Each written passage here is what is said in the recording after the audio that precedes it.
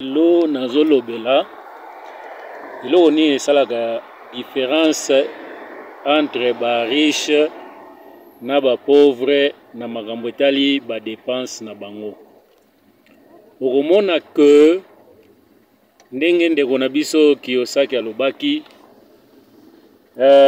ba riche basombaka plus ba biloko oyo babengaka ba actif oyo ekotisaka mbongo, mais ba pauvre basombaka plus ba passif tokobenga yango neti ba biloko oyo eza lokola ba charge ekotisaka mbongo te.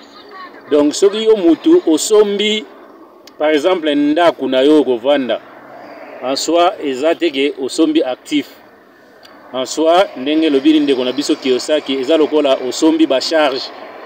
Donc pona Kiyosaki pe aza na raison, actif eza lokola eloko nyonso oyo esalaka ke mbongo ekota na poche na yo. Donc eloko nyonso eza kota mbongo na compte na yo.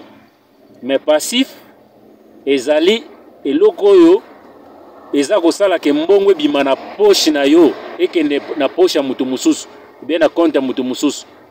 Alors ba pauvre basombaka mingi ba passif, alors que ba riche basombaka mingi ba actif. Donc soki yo ozwi mbongo oke osombi mutuka po tambolaka na yango mutuka ya cher, donc osombi passif, donc eloko ebando bimisa mbongo na poche na yo poke na poche ya bato mususu. Donc c'est ça oyo babengaka ba passif. Donc obanda osomba ba carburant, ozosomba ba mafuta, ba entretien, ba nini, eza ba charge. Alors mutu fo luka wa accumuler ba actif, ba biloko ekosala ke ekotisa mbongo na poche na yo. Donc nyonso ekosala ke mbongo ekota na poche na yo eza actif et eza très bien.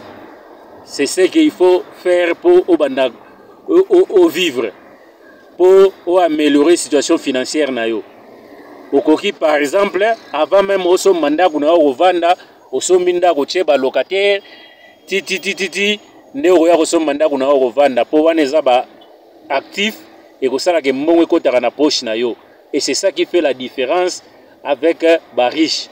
Au mona un pauvre, bon nazolo ba pauvreté maintenant au mona par exemple un mutu ake asombi par exemple toloba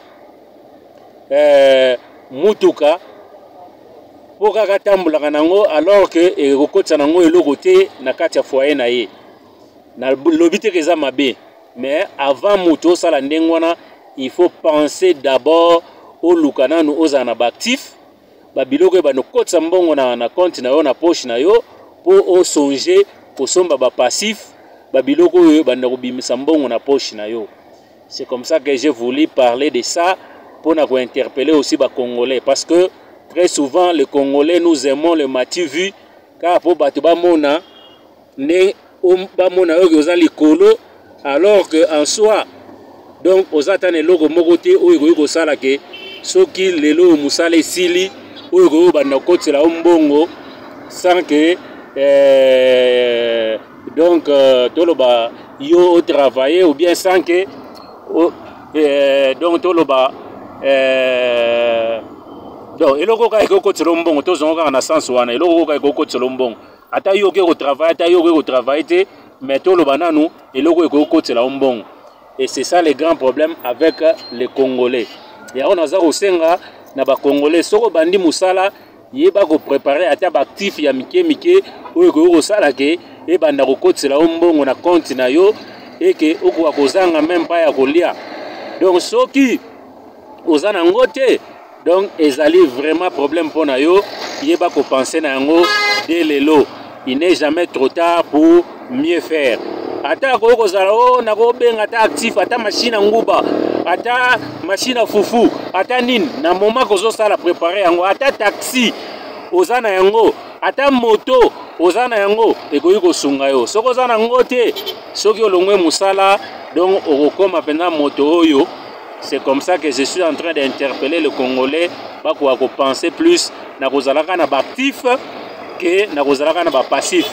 Na boité mutu nyonso ko vivre vie moko ya niveau likolo, mais pense plus na ba actif na yo oyo soki ezake oza na activité te oyo koki kosoutenir yo ndenge nalobaki ata kozala na bandako ya kofutela ata kozala na ba action donc na ba entreprise ata koluka eloko oyo kosala kaka mbongo na yo ebanda kokota na poche na yo.